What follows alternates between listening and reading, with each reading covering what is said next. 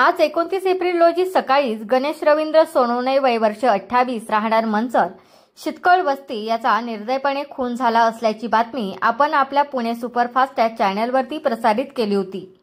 मयत गणेश सोनवणे हा मंचरमधील शितकळ वस्तीमध्ये पुणे नाशिक महामार्गाला लागूनच बाबा केदारनाथ स्टॉल या नावाने टपरी वजा दुकान चालवत होता। टपरी शेजारी अनेक दिवस उभ्या असणाऱ्या गाडीमध्ये गणेश सोनवणे याचा मृतदेह पोलिसांना मिळून आला होता। सदरच्या तपासाचे आव्हान मंचर पोलिसांसमोर उभे राहिले होते। सदर गणेश सोनवणे याची डेड बॉडी पोस्टमार्टम करता पाठवून मंचर पोलिसांनी तपासाची चक्रे फिरवली आणि मंचर पोलीस स्टेशनचे पोलिसांच्या अधिकाऱ्यांनी 3 तासातच आरोपींना ताब्यात घेतले। आरोपी नामे सिद्धेश संतोष रेणके वय वर्ष 19 राहणार इंदिरानगर मंचर तसेच दुसरा आरोपी विघ्नेश अशोक शेवाळे वय वर्ष 20 राहणार लांडेवाडी तालुका आंबेगाव अशा 2 आरोपींची नावे आहेत।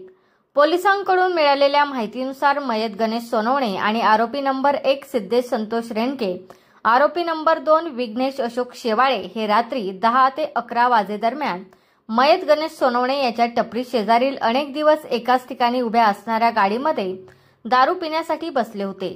मयत आणि दोघे आरोपी हे तिघेही मित्र आहेत। तिघेही एकत्र दारू पीत बसले होते। तिघांनीही भरपूर दारू पिल्यानंतर त्यांना दारूची झिंग चढली आणि त्यातच मयत गणेश सोनवणे यांनी सिद्धेश रेणके याला त्याच्या आईवरून अश्लील शिवी दिली। सिद्धेश रेणके याला आईवरून शिवी दिली या कारणाने राग अनावर झाला। त्यातूनच त्याने त्याच्या शेजारी असलेली दारूची बाटली फोडली आणि त्याचा वापर हत्यार म्हणून केला आणि गणेश सोनवणे याच्या मानेवर आणि त्यानंतर पोटाच्या बाजूला खुपसली। त्यातूनच गणेश सोनवणे याचा मृत्यू झाला अशी माहिती समजते आहे। पोलिसांनी दिलेल्या माहितीनुसार आरोपींनी गुन्ह्याची कबुली दिली आहे। आरोपींना अटक करायचं आव्हान पोलिसांसमोर असताना मंचर पोलीस स्टेशनचे पोलीस उपनिरीक्षक सनील धवणे आणि त्यांच्या टीमने 3 तासात आरोपींना अटक करून गुन्ह्याची उकल केली व निर्दयपणे झालेल्या खुनाचा छडा लावला।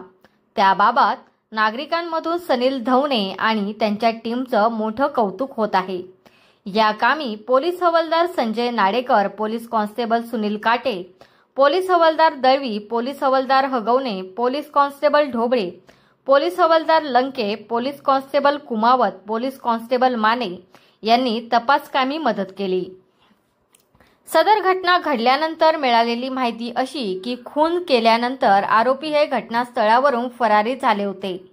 सीसीटीव्ही चित्रीकरण अस्पष्ट असल्याने आरोपीपर्यंत पोहोचणे अवघड वाटत होते।